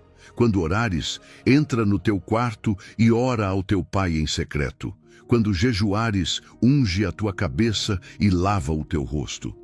Ele não estava anulando a esmola, a oração ou o jejum, estava purificando suas motivações. A religiosidade busca aplausos, mas o discípulo busca comunhão. No secreto, o coração se purifica e a fé se fortalece. Ali, longe dos holofotes, é onde a lei se cumpre verdadeiramente. Quando amas sem esperar nada, quando oras sem querer impressionar, quando serves sem que ninguém saiba. Jesus cumpriu a lei não apenas em seu ensino, mas em seu sacrifício. Na cruz, a justiça e a misericórdia se abraçaram. Ali o juízo de Deus foi satisfeito e a graça derramada. Ele viveu a obediência perfeita que tu e eu não conseguimos viver. E agora, sua justiça nos é concedida como presente. Por isso Paulo escreve que a lei foi o nosso aio para nos conduzir a Cristo. Gálatas 3:24. Já não obedeces por medo do castigo, mas por gratidão ao amor que te salvou. Talvez em algum momento tenhas pensado que Deus é um juiz à espera do teu erro para te castigar. Mas Jesus veio mostrar-te um Pai que transforma o teu coração para que a obediência seja alegria, não fardo. Quando caminhas com Ele, a lei deixa de ser uma lista impossível e se torna um espelho da nova natureza que Ele colocou em ti. O Espírito Santo escreve os mandamentos na tua mente e os grava no teu coração, para que faças o bem, não por obrigação, mas por amor. Faz uma pausa e pensa: qual mandamento do Senhor tens visto apenas como dever? Pergunta: qual é o espírito por trás disso? Por exemplo, não furtarás. Não é apenas evitar tomar o que é dos outros. É aprender a confiar na provisão de Deus e a ser generoso com o que tens. Não mentirás não é apenas evitar falsidades, é comprometer-te com a verdade em amor. Jesus te convida a ver a lei não como limite, mas como reflexo do reino. Nesta semana, pratica a piedade em secreto. Ora quando ninguém te vir. Dá sem que o teu nome apareça. Jejua com alegria. Não busques reconhecimento, busca relacionamento. E quando sentires que falhas, lembra-te de que a perfeição já foi alcançada em Cristo. Ele cumpriu a lei por ti, para que agora vivas em liberdade. Assim, o coração da lei se revela: amar. Amar a Deus com tudo e ao próximo sem medida. Nessa plenitude não há condenação, há transformação. E quando entendes isso, Jesus te leva mais fundo, ensina-te que não basta não matar, é preciso guardar o coração do ódio, não basta não adulterar, é preciso purificar o olhar. Porque o verdadeiro cumprimento não é externo, é interior. Ali, nas profundezas do ser, o reino começa a se formar em ti. Número 12. Cure a raiz, não apenas o fruto. Jesus olha nos teus olhos e diz: ouvistes que foi dito aos antigos, não matarás, mas eu vos digo que todo aquele que se ira sem motivo contra seu irmão será réu de juízo. Mateus 5, do 21 ao 26. Ele não toca apenas o fruto visível, o homicídio. Coloca sua mão na raiz escondida, a raiva que ferve por dentro, o desprezo que pronuncia raca ou insensato, e vai apagando pouco a pouco a dignidade do outro. Aqui, o Mestre te toma pela mão e te ensina um caminho de metanoia. Ver, doer-se, decidir e voltar. Ver o que acontece no teu interior sem disfarçar. Doer-se pelo dano que esse fogo já causou. Decidir não alimentar a brasa. Voltar à relação com passos concretos de reconciliação. Talvez você diga: tenho razões válidas. Fui ferido de verdade. Jesus não nega a tua dor. Ele mesmo se indignou com justiça quando a casa do Pai foi transformada em mercado. Não é pecado reconhecer a ofensa. O problema nasce quando a raiva se torna senhora, quando ocupa a noite, se instala na mente e se alimenta de lembranças. É como segurar uma brasa acesa na mão. Se a soltas logo, te salva. Se a retens, te queima primeiro. Por isso o apóstolo te aconselha: irai-vos, mas não pequeis, não se ponha o sol sobre a vossa ira, nem deis lugar ao diabo. Efésios 4, 26 e 27. A ira tem prazo de validade no reino. Antes do entardecer, entrega-a a Deus. Jesus é contundente. Se, enquanto adoras, te recordas que alguém tem algo contra ti, deixa tua oferta e vai primeiro reconciliar-te, depois volta e oferece. Mateus 5, 23 e 24. A adoração sem reconciliação fica pela metade. Deus não busca teu ato religioso para encobrir feridas abertas. Ele quer teu coração livre do rancor. Talvez você se pergunte: e se o outro não quiser conversar? A obediência não depende da resposta alheia, depende da tua decisão de dar o primeiro passo com humildade. Faça o que te cabe. Escreva, ligue, peça perdão pela tua parte, ofereça paz. O céu se encarrega do resto, e antes de apontar, examine-se. Jesus chama isso de tirar a trave do próprio olho para ver o cisco do irmão. Mateus 7, do 1 ao 5. Que trave é essa? Orgulho, suscetibilidade, perfeccionismo moral, necessidade de ter razão. Às vezes, não é o tamanho da ofensa, mas o tamanho do nosso ego ferido. Quando o Espírito revela a tua trave, algo precioso acontece. A queixa diminui, a compaixão cresce, a conversa muda de tom. Passas de "você me deve" para "perdoe-me pela minha dureza, quero te entender". Essa é a porta da paz. Perdoar não é negar o mal nem desculpar o ofensor. É escolher não retribuir mal com mal e confiar a justiça ao Deus justo. Jesus te convida a perdoar 70 vezes 7, Mateus 18, 22, ou seja, sem contar. Talvez isso te pareça impossível, e é mesmo, é obra da graça. Comece pequeno, pronuncie o nome dessa pessoa em oração e diga: Senhor Jesus, abençoa-o, livra-me do desejo de vingança, ensina-me a responder com tua mansidão. Repita essa oração sempre que o pensamento voltar. A misericórdia, assim como o rancor, cresce pela repetição. Escolha qual semente vai regar. Imagine o conflito como uma ferida. Se a limpa cedo, dói um pouco, mas sara limpa. Se a encobre sem tratar, infecciona e envenena. Assim age o ressentimento, contamina a oração, apaga a alegria, seca a criatividade espiritual. Por isso, o conselho pastoral é para hoje, não para amanhã. Se possível, no que depender de ti, busca a paz. E se ainda não houver paz, guarda teu coração de palavras que matam. Efésios 4, 31 e 32 te dá a receita. Tira de ti toda a amargura, ira, gritos e maledicência. Sê bondoso, misericordioso, perdoando como Deus te perdoou em Cristo. Esse como não é uma comparação que te oprime, é uma fonte que te sustenta. Faça perguntas que constroem pontes. O que realmente me dói? Que medo existe debaixo da minha ira? Que parte de responsabilidade eu tenho? Que gesto concreto de paz posso dar hoje? Às vezes, a resposta é um simples pedido de desculpa.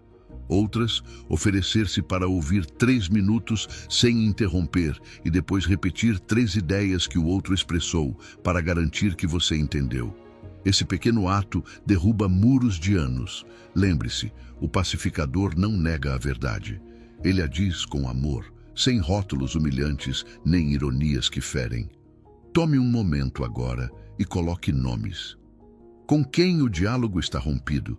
Escreva um inventário de ofensas e, diante do Senhor, marque uma relação para agir em 24 horas.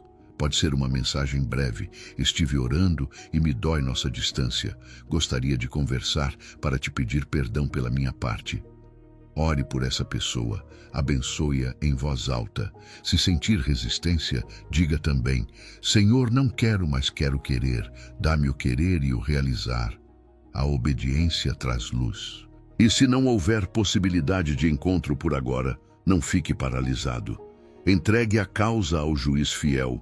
Renuncie à vingança, decida não alimentar pensamentos de revanche. A justiça de Deus chega no tempo e do modo dele. Tua parte hoje é guardar o coração para que não se torne duro. Quando a raiva se transforma em intercessão, o céu se abre. Quando a ofensa se torna oportunidade de mansidão, o reino avança por dentro. Você viu como Jesus não se contenta com não matar. Ele quer curar a fonte. Se sua paz governa teu interior, tua língua será árvore de vida e teus passos, caminhos de reconciliação. E assim como a raiva contamina quando alimentada, também a pureza se espalha quando escolhida. Por isso, depois de curar essa raiz, o Senhor te levará a outra fonte que também contamina se não for tratada: o desejo desordenado. Mas hoje, solte a brasa. Libere a dívida, vá e reconcilie-se. Aí começa o culto que o Pai procura. Número 13. Guarda teu coração com diligência. Jesus te fala com ternura e firmeza. Ouvistes que foi dito: não cometerás adultério, mas eu vos digo que todo aquele que olha para cobiçar já adulterou em seu coração. Mateus 5, 27 ao 30. Ele não te acusa para te envergonhar. Revela-te o mapa interior onde nascem as decisões.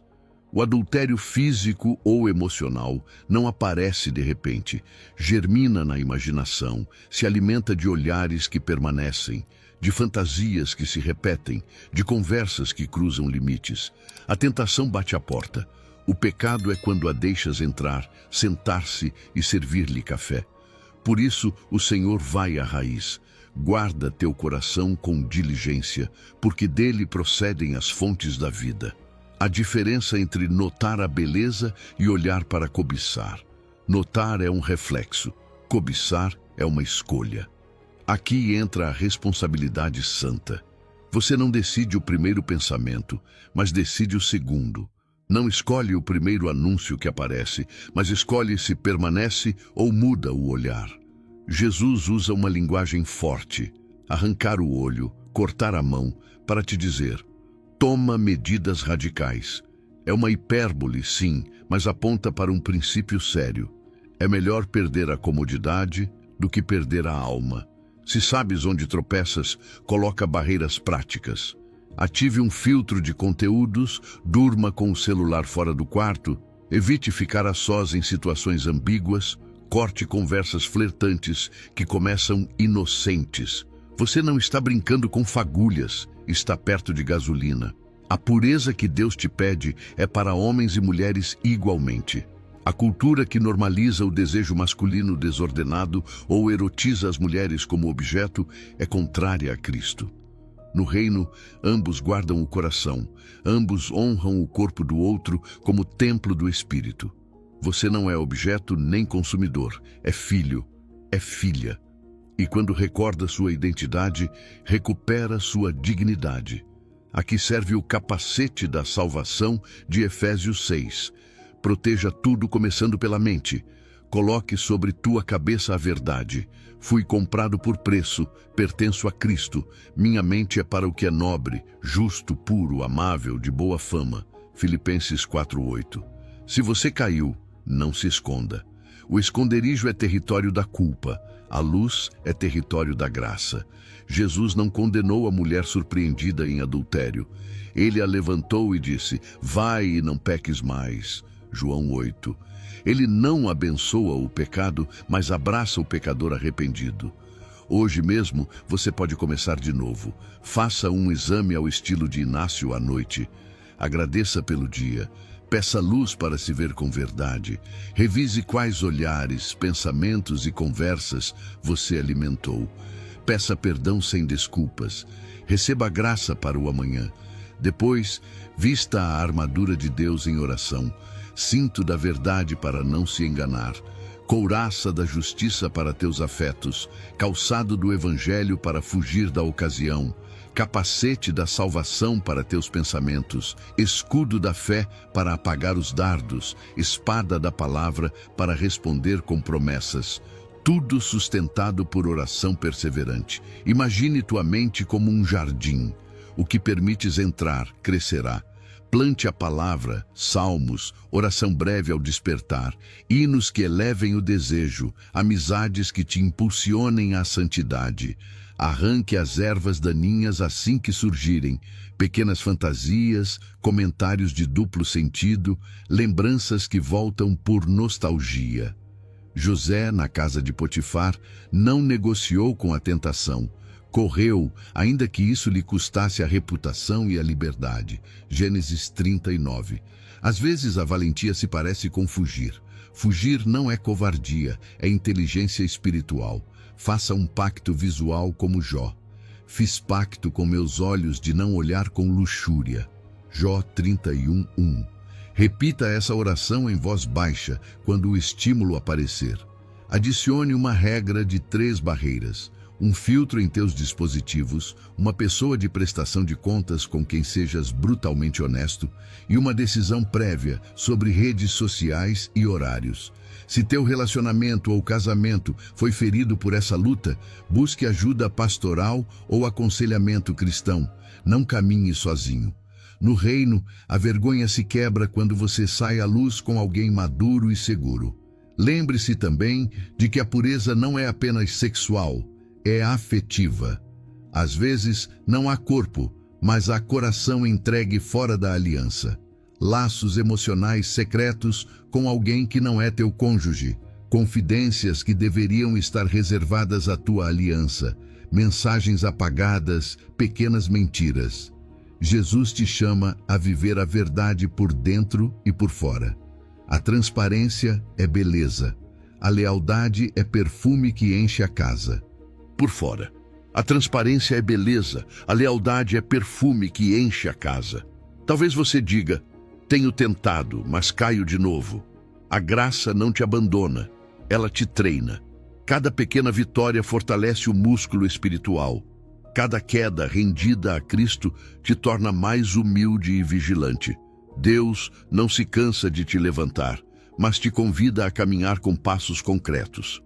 Hoje, você pode dar jejum de redes por 24 horas para desintoxicar a mente, escrever a lista dos focos vermelhos e enfrentá-los, orar com o Salmo 139, 23 ao 24. Sonda-me, ó Deus, e conhece o meu coração. Se cuidas da nascente, o rio fluirá limpo. A pureza de pensamento não te aprisiona, te liberta para amar com um amor não manipulado pela fantasia. E quando o coração se ordena, as palavras também. Por isso, depois de guardar a mente, Jesus te levará a cuidar da língua, porque a integridade que nasce dentro se reflete no que prometes e em como cumpres. Número 14. Que a tua palavra seja suficiente. Jesus te diz, não jureis de maneira nenhuma. Seja o vosso sim, sim, e o vosso não, não. Mateus 5, 33 ao 37. Com essas palavras, ele não está proibindo que faças promessas, mas revelando algo mais profundo. Que a tua palavra tenha tanto peso que não precises enfeitá-la com juramentos nem justificativas. Que quando falares, as pessoas saibam que podem confiar em ti, porque o teu sim é verdadeiro e o teu não também. Nos dias de Jesus, muitos juravam pelo céu, pela terra, por Jerusalém ou até pela própria cabeça, acreditando que assim suas palavras teriam mais força. Mas por trás desses juramentos se escondia algo muito humano, a intenção de manipular ou impressionar. Era uma forma de aparentar santidade ou de ganhar credibilidade sem tê-la. Jesus desmascara isso.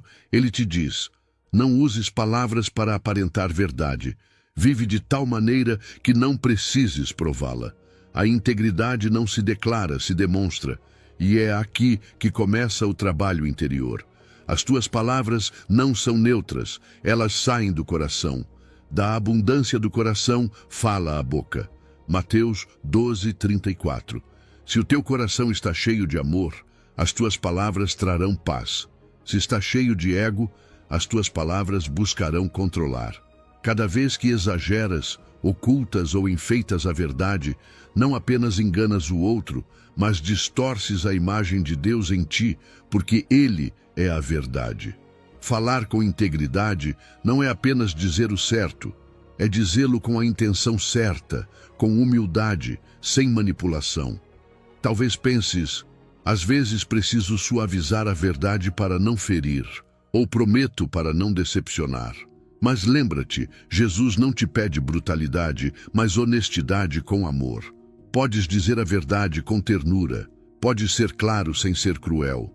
A integridade não se mede apenas em palavras duras, mas em palavras coerentes. E quando errares, porque todos erramos, pede perdão imediatamente. Não esperes que o tempo apague a falta. A verdade se reconstrói com pequenos tijolos de sinceridade diária.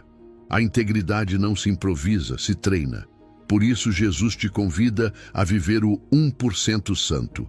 Aquele pequeno hábito diário que constrói um caráter sólido. Um dia decides não exagerar ao contar uma história. Outro dia escolhes admitir um erro sem desculpas. Depois aprendes a dizer não com respeito quando algo não é correto, ainda que te custe aprovação. Assim, pouco a pouco, o Espírito Santo forma em ti uma reputação confiável. Não porque sejas perfeito, mas porque és autêntico. Pensa nisto, uma balança equilibrada pesa com precisão, não inflaciona, não minimiza. Assim devem ser as tuas palavras, que o teu sim tenha o mesmo peso hoje, amanhã e sempre, que quando disseres vou te ajudar, o cumpras, e se não puderes, tenhas a humildade de explicar, que quando disseres não posso, não o digas com culpa, mas com verdade. A integridade também se reflete nos limites que colocas e respeitas. Tiago repete isso anos depois. Sobretudo, meus irmãos, não jureis, mas que o vosso sim seja sim, e o vosso não, não, para que não caiais em condenação. Tiago 5,12. Não se trata de uma regra rígida, mas de um chamado a viver sem duplicidade. As pequenas mentiras corroem lentamente a confiança, assim como uma gota constante perfura a pedra. Mas a verdade sustentada constrói alicerces inabaláveis. Jesus também te ensina humildade diante do futuro. Às vezes prometes, amanhã farei isso, ou com certeza estarei lá, esquecendo-te de que não controlas o amanhã. Tiago 4, do 13 ao 15 diz, não digas amanhã iremos, mas se Deus quiser, viveremos e faremos isto ou aquilo. Essa frase não é resignação, é reverência. Reconhece que dependes de Deus, não da tua agenda. Dizer se Deus quiser não é clichê, é fé prática. É lembrar que teus planos estão sob a sua soberania. Hoje podes praticar a regra de ouro no teu falar. Faze aos outros o que queres que façam contigo. Mateus 7,12.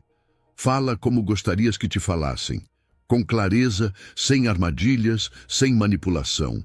Se te sentires tentado a exagerar, respira e diz a verdade simples. Se te sentires tentado a justificar-te, guarda silêncio e confia que Deus defenderá o teu caráter. Se te sentires tentado a prometer para agradar, lembra-te, agradar a Deus vale mais do que impressionar os homens. Faz um pequeno compromisso, 30 dias de integridade verbal, sem juramentos, sem promessas vazias, sem frases enfeitadas. Apenas verdade, dita com amor. E quando tropeçares, reconhece o erro na hora. Diz, não foi exato o que falei, ou me enganei. Isso também é integridade, porque ser íntegro não é nunca falhar, mas não esconder a falha. Ora todas as manhãs com o salmista, Senhor, põe guarda à minha boca, vigia a porta dos meus lábios. Salmo 141:3. Pede que as tuas palavras sejam luz, não sombra, bálsamo, não veneno. Que quando falares, as pessoas percebam o Cristo que habita em ti. Que os teus sim sejam promessas cumpridas e os teus não reflitam sabedoria. Jesus quer que a tua palavra seja suficiente, que a tua vida pregue sem enfeites o que a tua boca confessa, que quando disseres sim, os outros não precisem de garantias, porque sabem que falas desde a verdade, e quando disseres não, recebam com paz, porque confiam na tua coerência. É assim que a transformação que ele iniciou dentro de ti começa a brilhar fora. Em cada conversa, em cada promessa cumprida, em cada silêncio prudente. E agora, quando a tua palavra se torna íntegra, Jesus te prepara para o próximo passo. Amar até mesmo quem te faz mal. Porque só um coração sincero pode responder ao mal com o bem. Número 15. Ama como o Pai ama. Jesus te diz hoje, ouvistes que foi dito, olho por olho e dente por dente, mas eu vos digo, não resistais ao que é mal. Pelo contrário, a qualquer que te ferir na face direita, oferece-lhe também a outra. Mateus 5:38-48. Com essas palavras, Jesus rompe os esquemas do mundo. Ele não está te pedindo que sejas fraco, nem que permitas injustiças, está te mostrando um caminho mais elevado, um caminho que não reage a partir do orgulho, mas da liberdade interior. Amar os inimigos não é uma emoção, é uma decisão espiritual que nasce do coração de Deus e transforma tudo o que toca. Vivemos em um mundo onde o orgulho dita as respostas. Se te ofendem, devolves. Se te ferem, fechas o coração. Se te humilham, te afastas.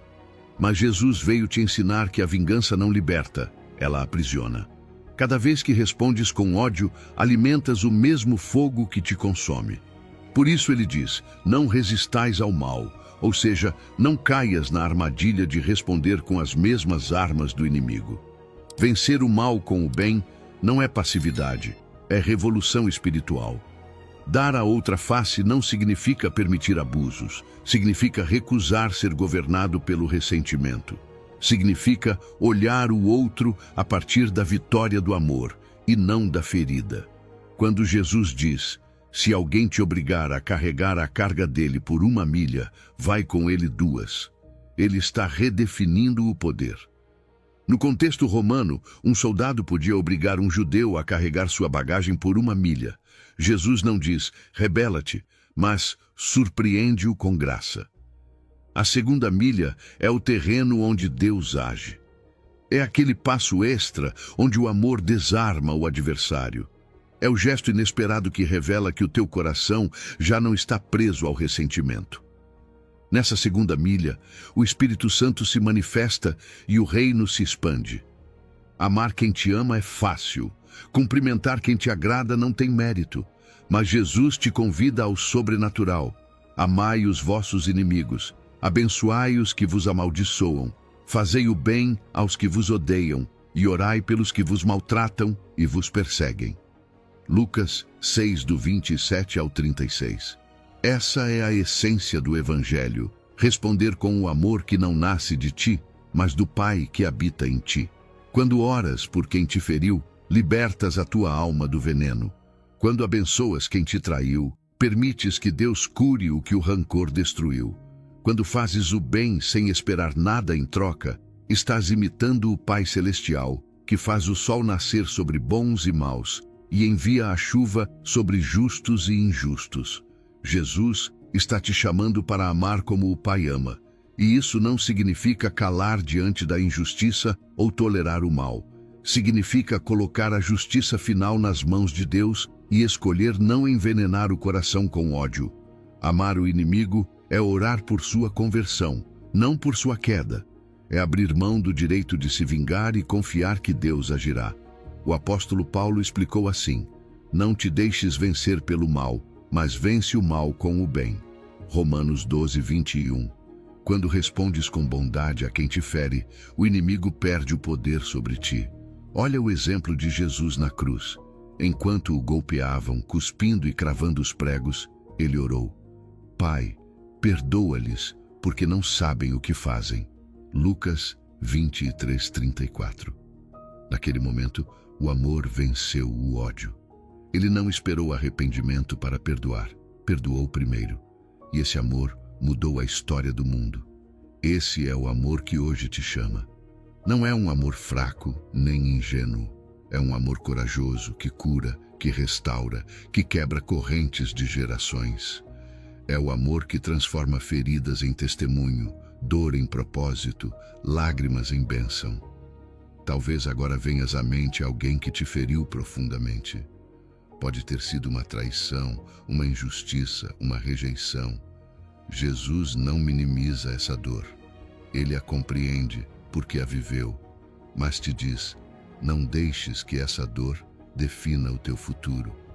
Quando escolhes perdoar, não estás dizendo que o que te fizeram foi certo, estás dizendo que não queres que isso te destrua. O perdão é uma porta para a cura. É um ato de fé. Confiar que Deus pode escrever algo novo, mesmo a partir dessa ferida. Faz uma pausa e pensa. A quem precisas abençoar hoje, mesmo que não sintas vontade? Começa com uma oração simples. Senhor, eu abro mão do meu direito de me vingar. Entrego a Ti a minha raiva. Abençoa essa pessoa e faz a Tua obra nela. Essa oração, repetida com fé, derruba muros invisíveis. E enquanto oras pelo outro, o primeiro a ser curado és tu. Porque o amor não muda apenas o inimigo, muda a ti. Jesus termina este ensinamento com uma frase que parece impossível. Sede perfeitos, como vosso Pai Celestial é perfeito. Mateus 5,48. Ele não fala de perfeição sem erros, mas de plenitude de amor. Ser perfeito, neste sentido, é amar sem distinção. É permitir que o Espírito Santo te leve além da lógica do merecer e te introduza na lógica da graça. Deus não ama porque o ser humano merece, ama porque Ele é amor. E quando amas dessa forma, te tornas semelhante ao teu Pai. Hoje o Senhor te convida a romper o ciclo do ódio. Não devolvas mal por mal, não respondas a partir da dor. Caminha a segunda milha, ora por quem te fere, abençoa quem te ignora, ama quem não merece. Não porque seja fácil, mas porque assim o amor de Deus se aperfeiçoa em ti. E quando esse amor começa a governar a tua vida, vês tudo mudar. Tuas feridas se tornam sabedoria, teus inimigos se tornam oportunidades e teu coração se torna livre.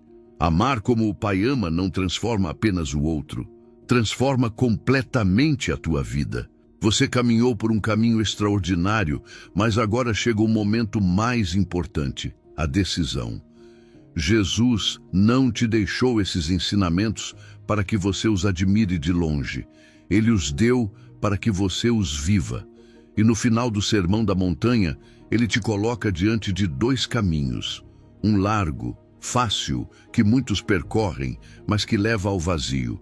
E outro, estreito, desafiador, que poucos escolhem, mas que leva à vida plena. Lembre-se disso, o caminho é estreito, mas Jesus caminha com você. Construa sobre a rocha e nenhuma tempestade te moverá. Um passo de obediência hoje é semente de transformação amanhã. Você não está sozinho nessa jornada. O Espírito Santo te capacita. A comunidade de fé te sustenta. O próprio Cristo é o seu companheiro fiel. Se esta mensagem tocou o seu coração, compartilhe com alguém que precise de esperança e comente abaixo: estou mais perto de Deus. Quero saber que você chegou até aqui e que está nesse caminho comigo. A transformação que Deus tem para você não é um sonho distante. É uma promessa que começa hoje com o seu sim. Escolha a vida. Aplique o Sermão da Montanha e veja como Deus transforma completamente a sua vida.